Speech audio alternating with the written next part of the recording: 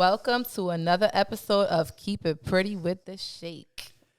She's Keep It Pretty. And he is the Shake. Welcome. Hey, guys. Hi, everybody. So, I have an interesting question. Keep It Pretty. What's up?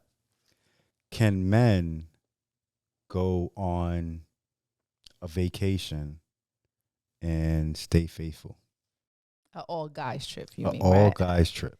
That's a pretty easy question, I'm going to say. There are guys who can, and then there are guys who can't. But Okay. that also depends on the crowd of men that they are going on the trip with. Okay. And can you explain? Can you elaborate? Absolutely. So, say, for example, a man is going on a all guys trip with married men, right? Okay. Men who are faithful to their woman, or like, these men know what they got at home. They're not trying to lose out on that, right? Okay. You can say, you know what, they definitely going on a trip to probably make another woman laugh or be around that shit. But will they cheat? Then maybe not, I think that men can go on an all fellas trip and stay faithful. Wait, that's what I'm saying. Like, if I feel like it depends the crowd, right? Like, Right. So then if you go out with the crowd of men who are just like I mean, single and ready to mingle, something's going down. even if the man is around a whole bunch of single men, I believe that a man still can stay faithful to his lady. Well, I guess because you're a man, so you can speak for men. But as a woman, like looking from the outside in, because I can't say what really goes down in a guy's trip. I'm not a guy. I don't go on guys' trips. Right. I understand that, but I also think that like it just has to do with the insecurities in a woman that just feel like her man might be out there doing something that he's not supposed to. Or it could be that that man is just too friendly, and the things that he does, even around his woman, is just like, oh, he's going out there to cheat. So, I mean, I've been on an all guys trip and I was faithful. yeah, but that's you, right? Like, you've been faithful, but then there's men who, like, they're not faithful. Like, you mean the guys that I went with were faithful? That's what I'm saying. Like, your guy trips, right? But I saw one time on the internet, right? There was this guy who went on an all guys trip and he took a picture with some girl. He was a married man. He took a picture with a girl. Okay. The girl posted it on social media. Wow. And she was like, if anybody knows this guy, I'm looking for him. Like, I did see that. Remember that? It was like, they were on a beach or something. Yeah, right? they were on a beach. And then his wife saw that picture. So basically, she took the picture and then she posted it on social media. He was in Miami. So she posted it on social media, hoping that someone recognized the guy. So that he could call her. So, like, did he hit? She said they, like, exchanged numbers, and then she was like, something happened, and she lost his number. I mean, what happened, though? She said they were, like, talking and, like, flirting, and, like, supposedly they kissed. So is that considered, I mean, kissing obviously is cheating. She said she kissed him. So that's why, like, the wife was like, oh, no. Like, you really were in Miami kissing other women? But, let's just say, for instance, they took a picture. Would that be considered cheating? Yeah, you should be taking pictures with other women on a trip. No. Hell no. I don't, not that I've done it. Not condoning it. Not that I've done it, but I, like, before you, like, I've gone on trips with friends from my projects and stuff like that, and I took pictures with females that wanted to take a picture with me. Yeah, but you were young. That was the young you. Like, the older you would know better. Like, the older you right now, if you were to go on an all guys trip, right, and it was a whole bunch of chicks, and it's like a chick out of the crowd, she thinks you're cute as hell, right, and she's like, "Can we take a picture? You gonna take a picture with her?" How about if the shoes were reversed, though? If there was a geeky guy and he took a picture with It's you, still wrong. or let's say you go to like some type of festival and there's a whole bunch of guys around and you're with your female friends and you guys decide to take a picture with, do I have to consider that you cheated? You shouldn't be taking a picture with somebody else like that you don't know. Like, now if I took a picture with somebody that I know and it was like on some, oh shit, look who I found out here type of thing.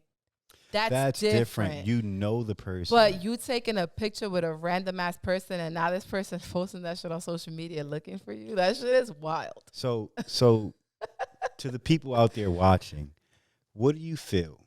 I want you to keep it real and comment below.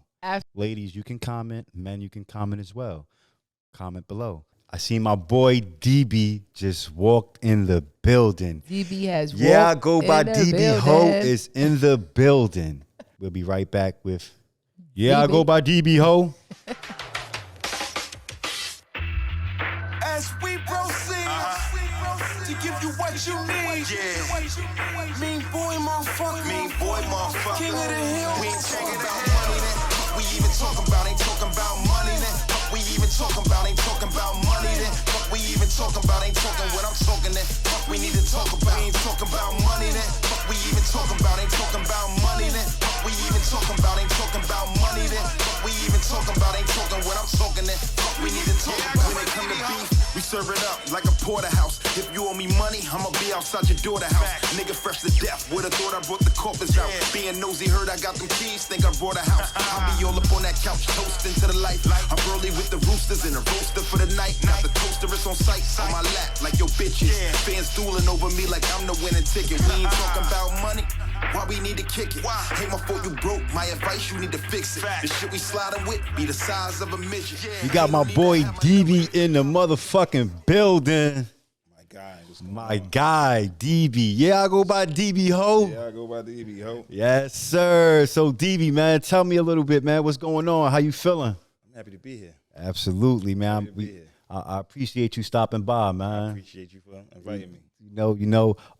So, Dibi, for those who don't know, where you from and what do you do? Said what I do. That's crazy. It's a hard question. I'm from Stegman. Yeah. Stegman. That's up on the hill. Yeah, I said y'all don't know that is in Jersey Yeah. City. So Dibi is the king of the hill. King of the hill. You hear me? Still proven wrong. You heard That's right. I go by Dibi Hoe. Still proven wrong. So Dibi, man, as of lately, I've been hearing you on the radio like every other day, bro. Yeah, it's crazy. That's surprising to me too. What's up with that? You know what's? It just happened.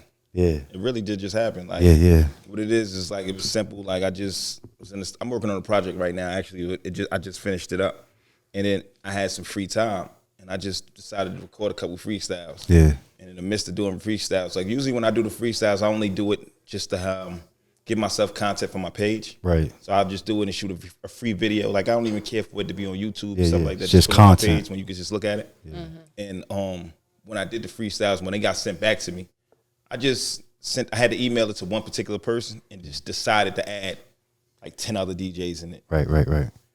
Next thing you know, I just get calls. You feel what I'm saying? Yeah. Like, and it just happened. And ever since then, everybody that made other DJs call me afterwards. They wanted. Nah, you working, bro. I see. It ended up right now. I've been like 5 states. Oh, Facts. my boy out here putting in work. He's state out here putting in work, state to state. So, Dibi, what do you have? What's in the works? What you working on? I got a project I just finished up now. It's called Once Upon a Crime. Okay. It's a couple I've been working on all that really at this one time, but that's the one that's gonna be coming out next. Nice. You know what I mean, it's like it got some shit on there. Not even as far as like, I don't even know if I curse on here. My bad. No, you good. You good. Right. Adults only. Not as far as like even just me just hyping my music up. It's just like even features I got on here. You know what I mean? Like it's gonna be some unexpected stuff like people wouldn't expect from me and things like that. Nice. Make a lot of sense. What's the meaning behind your name, Dibiasi? Oh man, my name is. I wish I had a better story for my name.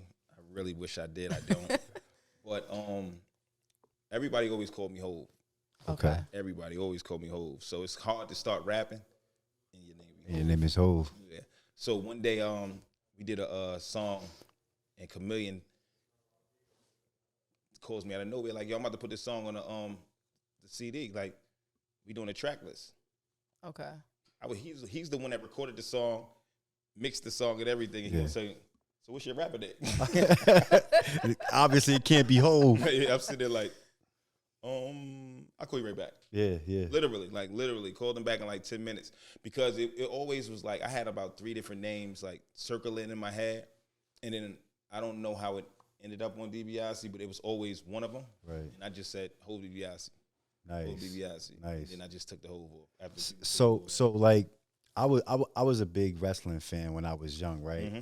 So when I heard Dibiasi, I was under the impression that you were like Ted DiBiase, because Ted DiBiase was all about money. He was the money guy. But see, you're absolutely right. That's where it came from, exactly because of that. Right. Because of the wrestler and the how he portrayed himself. You feel what I'm saying? Right. So it gave off the same image I was giving off. So people that knew understood it. Yeah. You know what I'm saying? A boy about the cheddar. Yeah. That's You understand? So DB, when did you first start rapping, and how did you get into it? That was my mistake too. My man Cooch was rapping. Okay. And Cooch used to be with Black Congress at the time.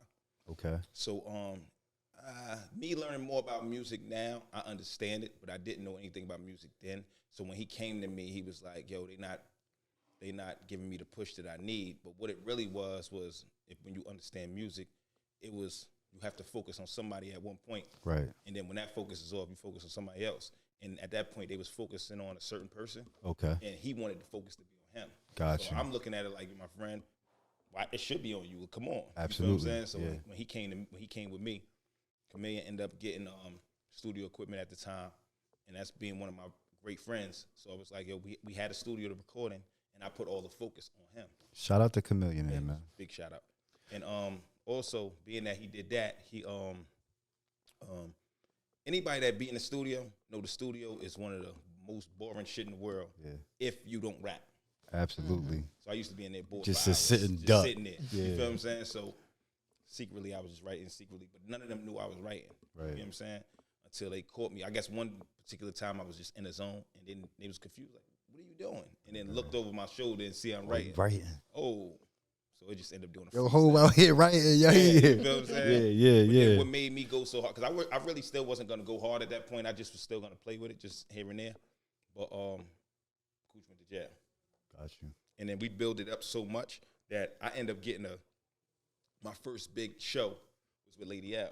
Nice. So it's supposed to be us as a team, but Cooch got with the jail. So it was only me and Cooch. Shout out to Lady L too, man. That's another Jersey City native. Facts. So I you mentioned Black Congress, which I knew it was a bunch of rap artists together.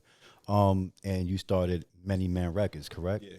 See, it was let me explain that just a little, real quick. It was really, I started Mean Boy. You know what I'm saying? Okay. But that was also because that's what my uncle them used to do.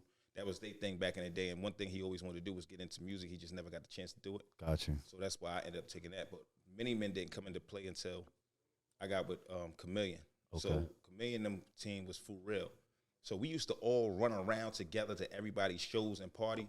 But we would all have, my whole side would have Mean Boy shirts on. His whole side would have For Real shirts on. Okay. And it was confusing to people because we would all be together. Oh, yeah, one group. Yeah, you know what I mean? Yeah. So then we were just like, and we shared the same studio. We would literally be together all day, every day, but just two different things. Yeah. And then we was like, yo, we just need something to combine it, and then we could still be us under it. Right. And that's where Many Men came from. Nice. Because I used to, like, when I was, in the field, I always used to see Many Men Records, the MMRs, you know what I mean? Yeah. So that's when it really started to stick out to me. We was going to these little parties up on Oxford, up on the hill, these little riding parties from back in the day, you know what I mean? And I started seeing the MMR shirts, and I'm like, MMR, and then I just started seeing Many Men Records. And that's when I put the faces together, you know what I mean? You, Cooch, Camille, you know what I mean? So that's when it really started sounding to me Swill, it really started sounding to me like, damn, these niggas got a movement going on. Facts. Who are some of your biggest influences As far as what? Music? as music?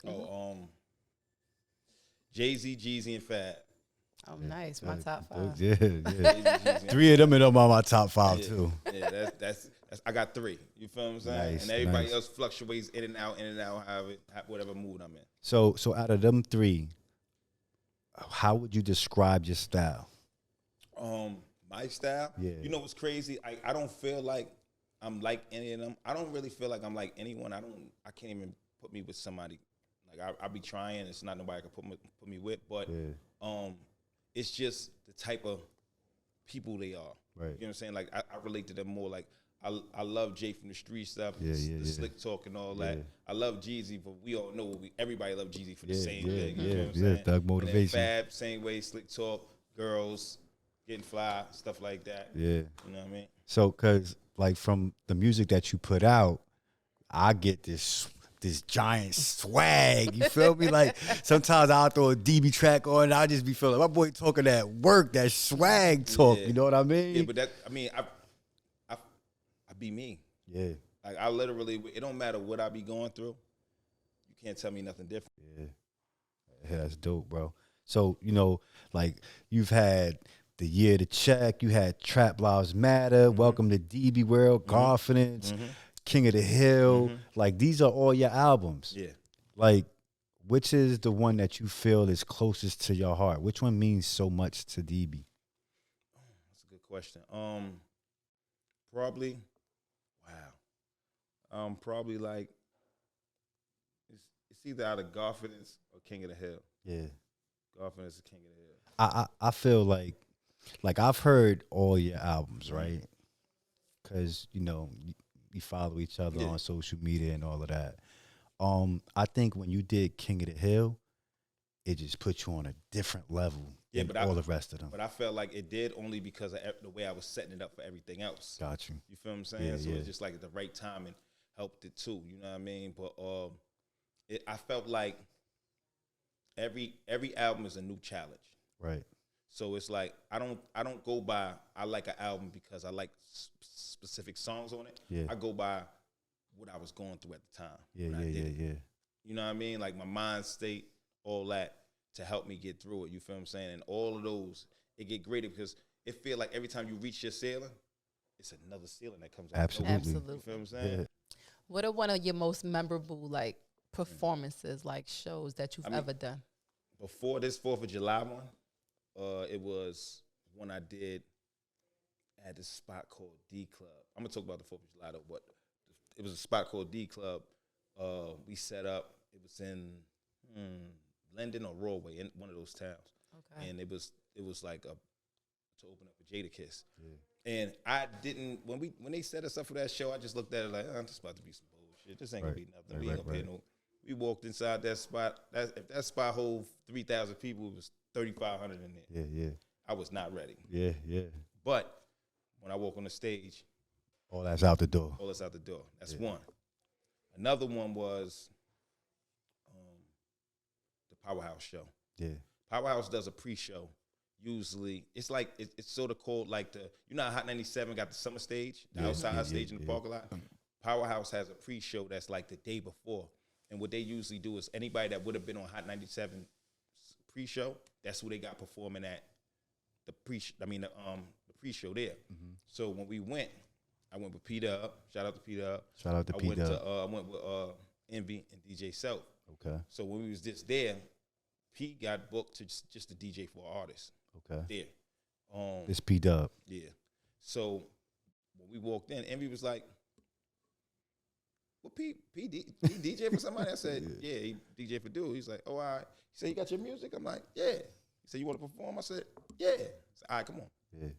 So he got on the stage, and it's funny because when we get on stage, I follow him, and it's another group there ready to perform. Yeah. So Envy is supposed to be introducing these people on the stage. Yeah.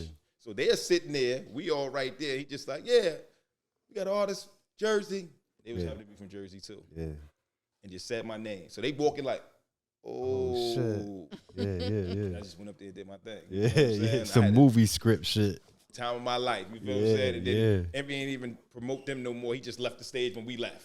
Yeah, that was it. So out of all these albums, right, and you know, all the work that you're putting in, DB, because I see you out here, you grinding, you moving.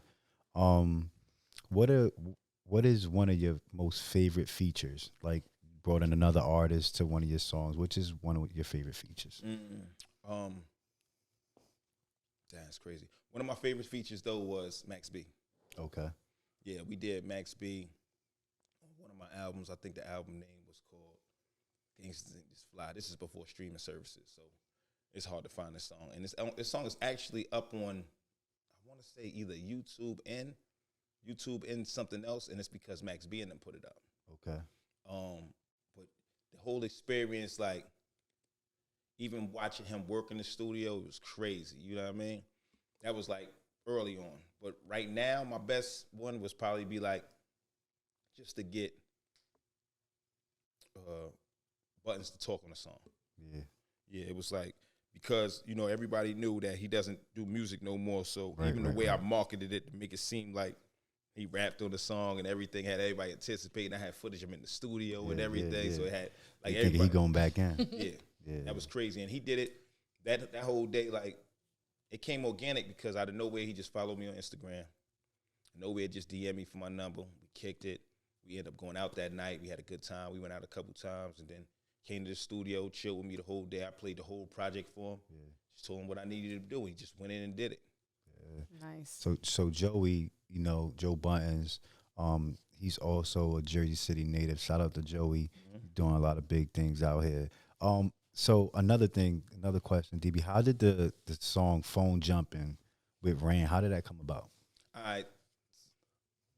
If you know me, Nick, the people know my relationship with Ran. Ran is like a brother to me, like literally like a brother to me. Like, so we always did music, but then Ran stopped for a while. Yeah. So when he stopped for a while, I just went on my own thing. You know what I mean? So when we got back, when he came back into it, Ran would always come chill with me at my studio all the time. Like, we literally once or twice a week, every week, we be in my studio. We literally don't do no music. Just sit there, talk. And crack jokes. Crack jokes all day. No music gets done. Right. So now, out of nowhere, I'm just like, yo, listen, I got something I want you to hear. So the first beat I played, he was like, oh, yeah, that's crazy. Yo, I can get on that? Nah. Yeah. I need this for me. Yeah, that's personal. I need this for me. Yeah, this is personal. Yeah. And then that one, I said, yo, I got this for you, though. So, all right. And we literally did it on the spot right then. You feel what I'm saying? Nice. So, and it was like even better because Rand don't even do videos or nothing. So for me to even get a video out the situation, it was, and everything worked out because even on both our end, as far as like checking our pages, that song is one of the top songs on our pages. You feel what I'm saying? Yeah, like a lot of people mess with that song. Nah, I fucks with phone jumping, bro. Shout out to Ransom, my brother. Yeah. Shout out to Big Jack too. Yeah, keep doing what you doing, man. How do you stay inspired? Like, what inspires you to keep going in your music? That's the hardest thing in the world. I promise you, that's the hardest thing in the world. I go through that at least every other week, trying to stay inspired. And then another thing is, life keeps me inspired. Like, just going places, seeing different things. That's the main thing that do it. Music keeps you inspired. You feel what I'm saying? But what makes it so hard is I don't go out as much as I used to. Yeah. I don't. The music that been coming out ain't been doing it for me. You feel what I'm saying? Right. So you got to double back to old music. Yeah. Right. You know I what feel I mean? the same way. Or it's like now it's not clubs no more. It's trips. Like I love seeing other people.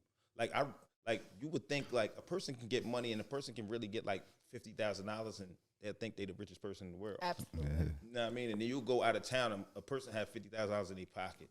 Yeah. So it's like, damn. I need to get it on that level. You know what I'm saying? Like, you know what I mean? So it's like, that be inspiration to me, like all types of things. Like even watching y'all do y'all thing, like this is inspiration. You feel what I'm saying? Absolutely. Like I love to see people doing anything. Appreciate that, bro. Another thing, D, and this might be a little sensitive to you. I was locked up when all this was going on, but you had some type of beef with Al Bial? No, you know what's crazy about that? People how to work that. People think I did. Yeah. I never did. What it was more so like a team beef. Right. You feel what I'm saying? But what it was it started over something so petty. Yeah. And then it was like, we rappers, so that's what we do. Rappers supposed to go back and forth. Right, but right. see, I just kind of started rapping maybe like a year or two right before that, so Right. I wasn't used to rap beef. I'm Yeah, only yeah. used to real beef. Yeah, yeah, so yeah. I'm thinking like when it's rap beef, like you really got to fight and all that other stuff. Yeah. It's actually just words. And Yeah. then that between, rest in peace, I'm wrong, but between that was like my first rap beef was with Wrong. Okay. So Rest in peace to Ron too. facts. And the crazy part is we got cool right before he passed, so that was like the best thing that could happen. You know what I mean? But I went to write this song to Wrong Okay. back, and when I went to do it, I realized I just started rapping, so it really took me like 6-7 hours to do it. Yeah. This is facts. Yeah. And when I was done, and I was supposed to record it the next day, I got up the next day and realized I spent 7 hours thinking about another man. Yeah. I ain't worried about no money. Yeah. Nah. I ain't worried about no females. Just worry about what you gonna I get just back. worry about a man. Yeah. And I never recorded it. Yeah. Like it never got recorded. It never came out. Yeah. Nothing. So by the time when Nate started the beef with the Mount Lynn, so mind you, I never was mentioned anyway. Yeah. Because we were always cool because of we got family ties between each other. Right. So it never was personally me. So I didn't never really say nothing. You feel Right, what I'm saying? right, So it seemed like that because I'm a head person from there, Right. but it was between certain individuals. So because and the reason I touched on that was because at that time that shit touched the prison system. No, I'm pretty sure it did. You know what I mean? Like I'm locked up and I'm like, the fuck is going on out there? Yeah. You know what I mean? And that kind of messed up. I feel like it messed both sides up both ways because it was so many people that fuck with us, and then it was so many people that fuck with them. Yeah. And it's like it put people like a straight up part the Red Sea type. Right, You on this right. side, you on this side. Because Jersey like, City butt so big. exactly. Everybody know each Exactly. other. You know what I mean? Exactly. But I appreciate you for touching base on that, Hove.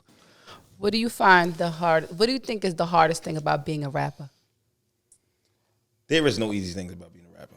I No. promise you, there's nothing easy about it. Like even everybody we make it look good.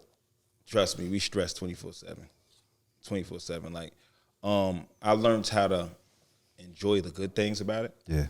So that's what saves me. But I used to have one point in my life where I quit every day Yeah. and woke up every morning, And did it again. did it again. But just nobody knew. You know what I'm saying? Like it wasn't a Tom Brady thing where the world knew and then I changed my mind. Like Right. I just personally at night would just quit Right. and wake up in the morning and get back to it. You know what I mean? So it's like it's because everything costs. There's nothing that's free. You feel what I'm saying? The only thing that comes free is relationships. You feel what I'm saying? Like even with this situation, I'm on here with y'all. It's a relationship. Everybody that really does things is because like it's people that bring people up and you got to pay to come see them. You feel what I'm saying? So it's like just me being who I am and a good guy with people like a lot of things help me. You feel what I'm saying? My relationships with everybody, like I value relationships more than anything in the world. You know what I mean? What's your cash app, bro? So I can send your money right now, bro. So, hey, Deep. So, we're in this new generation of social media, and everybody that didn't have a voice back then has a voice now, right?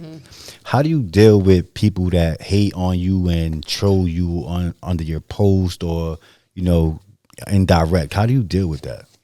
Before I would block you. Yeah. Now I reach your comment. Yeah. I don't feel like I get enough for me to be going to race crazy. Yeah. But I personally don't care. Yeah. I really Don't bother you. I promise. Like I done had when you've been in the streets. This rap stuff is nothing to you. Yeah. You know what I'm saying? Like in the streets, they want you dead. Here they just want to talk about you. Absolutely. I don't care with you. You feel what I'm saying? But you have to say that when I see you though, right? Right. You're gonna have to show and prove. You have to say that when you see me though, because Yeah. I'm gonna remember you. I remember Humble 07765. Right. Oh yeah, That's you. That's you. Yeah. What's up? Yeah. What you was saying? Yeah, exactly. Yeah. Say that shit now. It's like, hey, oh, nah, I'll just be fucking with you. All right, cool. What's the best advice somebody has ever given you? Keep going, and I'm gonna give you why. Keep going to me back in the day used to be like, oh, they spinning me. They telling me something like, everybody tells everybody keep going. You don't never understand what a person mean when they tell you keep going because it's like, what you mean? You can help me. Like, what you, whatever. It's like, nah, because the hardest part is keep going. Like I told you, every day I used to quit. You feel what I'm saying? So to keep going, it's like you learn stuff along the way. You feel what I'm saying? And the next best advice I ever heard was, it's not who you meet, it's who introduced you. Yeah. Because a lot of people we look at as clowns. Right. So if a clown introduced me to somebody, I don't give a fuck if you was Jay-Z. I'm not going to take you serious because he's a clown. Yeah. You might think I'm a clown, but I definitely think you a clown. You feel what I'm saying? Facts, yeah. So now when it's somebody official do it, like I could be in a room with somebody's a clown and somebody I think official, and they both could know somebody. And if I want to introduce this person, I'm not telling him to do it. Yeah. I need you to do it. Yeah, because you more solid. You more solid. Because then now when you introduce me, that makes you really sit there, talk to me, and really want to understand what I'm saying. This person, you just be like, what's up? And keep it moving. Yeah, right. You know what I'm saying? I'm sitting there like, damn. How do you feel with certain people don't help you that you know they had the power to help you? How does that make you feel? The crazy thing about that is like, if I wanted a deal, I would be mad. I don't. I just be wanting small lookouts. Like, and I'm talking about like, you can make a call for me and stuff like that. You know what I mean? Right. So it's like, but when I think about it, do I want to be mad at you? Yeah. Or maybe one day you might can make the call for me. You feel what I'm saying? Right. So it's like, why be mad? It gets us nowhere. You know what I mean? Yeah. Like, just, it's people that's your friends and they're your friends for a reason. You feel what I'm saying? Absolutely. Like, so you can't, like, we all have a million people that can help us. Yo, we got friends that be with us every day that don't help us. Absolutely. This is true. You feel what I'm saying? Yeah. So why would you be with somebody else in a position that could do it when you got people right here that could do small things to help you that don't do it? Yeah. And I allow him to still be my friend. Why would I stop somebody else? You This is true. This is true. Because, you know, sometimes like personally, like I feel like, you know, I try to help any and everybody out. Like even like you being on the show, I feel like not that I'm helping you, but I might show somebody that don't know Dibi. Facts, 100%. You understand what I'm saying? Because I got some solid people that follow me. You know what I mean? So for someone who doesn't know Dibi, it's like, yo, I'm bringing Dibi up to my platform. So those who don't know Dibi, now you know Dibi. Exactly. You know what I mean? So this is what this whole podcast is about. Shedding light on the people that we know, that we network with every day. Exactly. If not, you know what I mean? And try to help them out to say, you know what, like, I might not be able to get you a record deal, but I could be able to have some shine on you. No, facts. Absolutely. And I feel like it goes both ways. You feel what I'm saying? Like, I call it more so cross promotion. You feel what I'm saying? Yeah, like, that's exactly what it is. You know what I mean? So everybody help it. I could have been like, no. Yeah.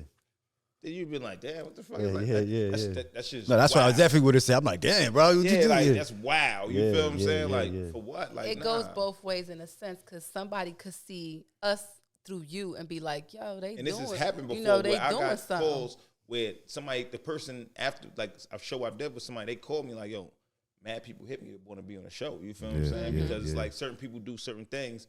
Like, you can't wait. Like, y'all could have did the show for 2 years, and I ain't care about it until I saw somebody get on it. Now I want to be on it. You feel what I'm saying? So that's all it is about whatever. And I personally watched a couple shows before I even did this. I don't even walk on nothing blindsided. You feel what I'm saying? Yeah. So I already know what was going to happen. And and then you being my man, I know you're not going to whatever, but you also allowed to ask me anything in the world. No, absolutely. You know like, and that's how I feel, Dib. Like, I ain't the type of person that's going to bring you on a platform and try to belittle somebody. You know what I mean? Like that's not how I roll, and that's not my style. You know what I mean? And like I said, bro, like I really appreciate you for coming through, because a lot of people, you know, like I reached out. I even have people that know me but don't know me. Like, yo, Blades, what's up? When you gonna bring me on the podcast? And I'm like, yo, everybody got their timing. You know what I mean? And a lot of things is about timing, and people don't understand that. You feel what I'm saying? So it's like, if I didn't have a project coming up, I just would have made you wait. Yeah. Only because we needed to make sense for both of us. Absolutely. Absolutely. So it's like, all right, I get to talk about my project coming up, I get to talk about it, and you my man, so that trumps a lot of things. No, absolutely.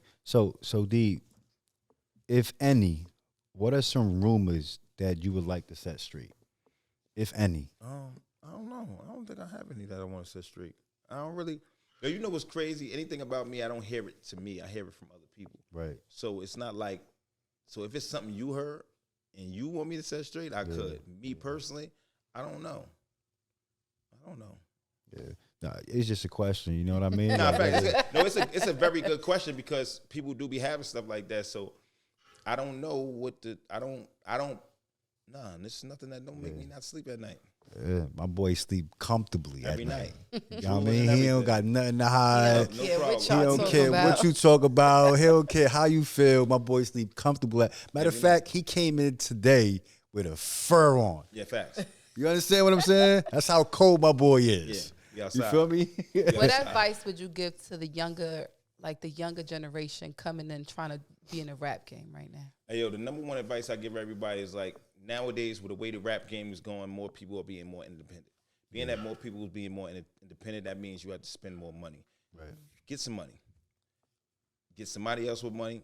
Get a job. If you got to work, that's cool. Work.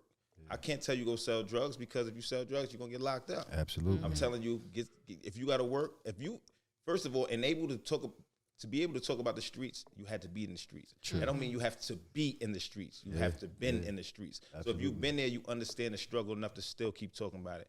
Go get some money. Absolutely. Somewhere or the other, go get some money. So, Dibi, before we roll out of here, man, because I know you got things to do. You're a busy guy, man. What is there to expect from Dibi coming in the future? I'm working on a lot of things. I actually want to do movies. I want to do my own movies. Yeah. I want to do my own. So I'm going to be talking to you about that too. Yeah. I'm here for it, bro. Got a bunch of projects going on. And I also want to help people. Nice. Other people, like other artists, young artists and stuff like that. So it's a lot of things I got working on a low secretly. I don't like talking about stuff because I'm one of them kids back in the day. If I said I was getting these Jordans and I ain't get them, I was mad as hell at the world. Yeah. So I want to get the Jordans first and then talk about them. You feel what I'm saying? So, yeah. That's what's up, man. Like I always salute those people that, you know, be like, you know what, I'm willing to help someone else that don't know. Absolutely. Because I feel like, all right, not saying in your time, but someone else could be like, you know, I ain't helping nobody. Nah, facts. There's a bunch of people that did that. You understand? That was what my I'm problem. Like I came in that era where nobody wouldn't help nobody. You feel what I'm saying? And that ain't the only way to get money. And then this is what makes me help everybody now. Like I have so many. I'm not public about nothing I do. Great. True. I literally have so many private meetings with so many artists as far as like they chill with me and I give them so much game and people tell me I need to charge for that. Yeah. But no, I tell you, nobody gave me that. Yeah. I really don't respect people that rap before me. Yeah. It's crazy I say that because nobody helped me. I had to do everything by my own to get to where I am now for everybody to want to help me. Absolutely. You know so do you have any kids like from Jersey City that you got their eyes on, and not Jersey City in particular, but anywhere else? Like yo, little bro, I'm going to help you out. Anybody that you want to shed light on? I mean, right now, it's a couple different people that I like. My number one person I love is Cashed Out. Yeah. Like, I just love Cashed Out. Shout out to Cashed Out. As a person, you feel what I'm saying? Yeah. Just as a person, you feel what I'm saying? So I pick up on his vibe, man. He's real vibrant. Yeah, he's cool. He's outgoing. Cool. I mean, his people be in the mix, but he stay away from that. He just do what he got to do. Like, but it's definitely a couple other people, but you know me, ain't no locking thing, so I ain't do that. But Cashed Out, anytime I can help him, I'm helping him. Yeah, you have it, man. So, my boy Dibi, I appreciate you for coming through, man. Appreciate y'all. What's the name of the EP that's coming up? Once Upon a Crime. Once Upon a Crime. Stay tuned. Stay tuned for that. Stay tuned for Once Upon a Crime. Dibi, I love you, bro. I wish you nothing but success out here in this world, bro. Keep going, bro. You know what I mean? From the heart, keep going, keep pushing, bro. It's never over. Keep motivating the younger. Keep motivating, bro. So. Shout out to your uncle, man. Yeah. My guy. Grandpa. Yeah, we call him grandpa. We call him grandpa. So man, you have it from Dibi, Keep It Pretty, The Shake. We out of here, y'all. We out of here. As we proceed to give you what you need. Yeah. Mean boy, motherfucker. King of the hill. We ain't checking out.